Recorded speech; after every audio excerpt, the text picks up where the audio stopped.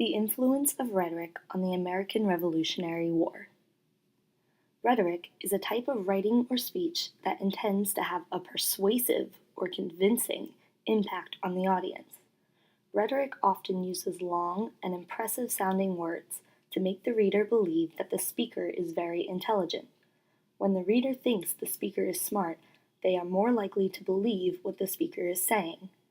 Rhetoric also often illustrates profound imagery or ideas that draw upon the reader's emotions. When an issue has an emotional impact on a reader, they are likely to more strongly support or oppose that issue.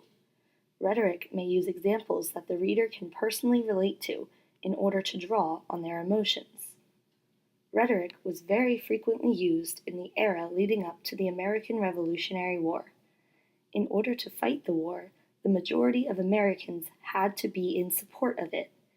In order to gain the public's support, radical Americans who wanted independence published rhetoric that advocated or argued for America's independence from England.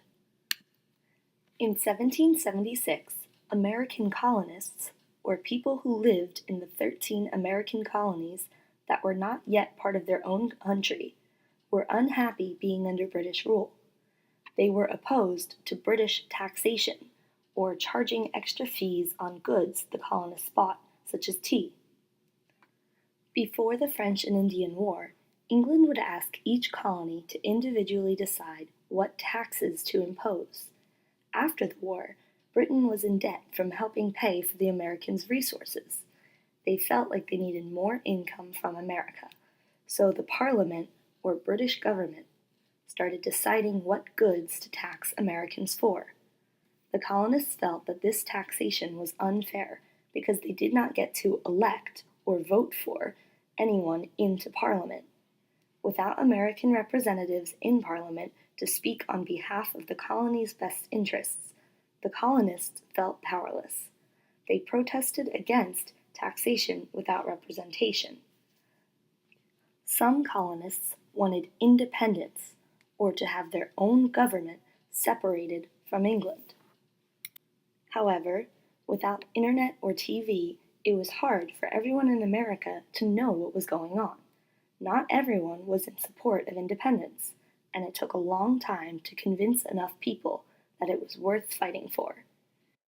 In order to convince many Americans that independence was necessary, Thomas Paine published a pamphlet in 1776 called Common Sense that advocated for independence using common, simple language that even uneducated American colonists could understand. The rhetoric of common sense convinced many Americans that British taxation was unfair, and once enough people agreed, Americans decided they needed a way to tell England why they were unhappy. A group of men, women were not allowed in government at the time, were elected or appointed, selected by someone who holds a lot of power or influence, from all of the 13 colonies to form the Continental Congress.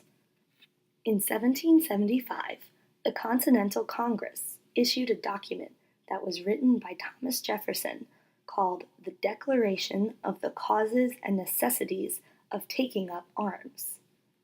To take up arms means to threaten war, to fight for what the Americans wanted. This document set up the Continental Army that would eventually fight for America's independence in the Revolutionary War. However, the Declaration of the Causes and Necessities of Taking Up War did not ask for independence.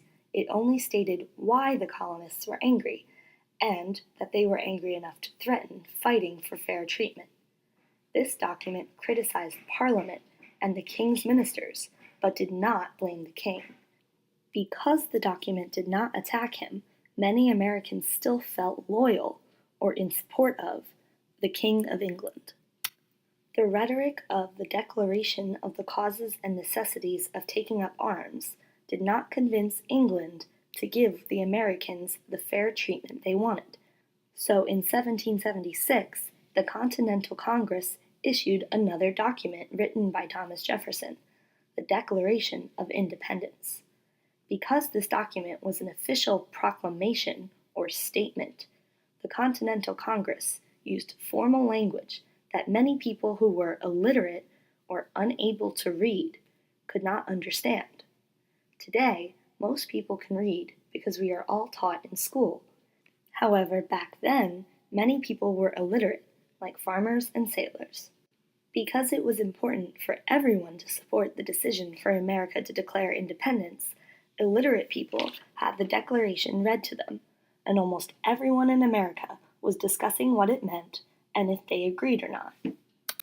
The best rhetoric sparks discussion amongst people, and the Declaration of Independence achieved just that. Because of these three and many other documents that used rhetoric to advocate America's independence from England, the majority of colonists agreed that independence was necessary. Not only were the majority of colonists convinced, but other countries, such as France, also supported the colonists in the Revolutionary War. Enough people were convinced of the importance of independence by these documents that America had enough support to win the Revolutionary War.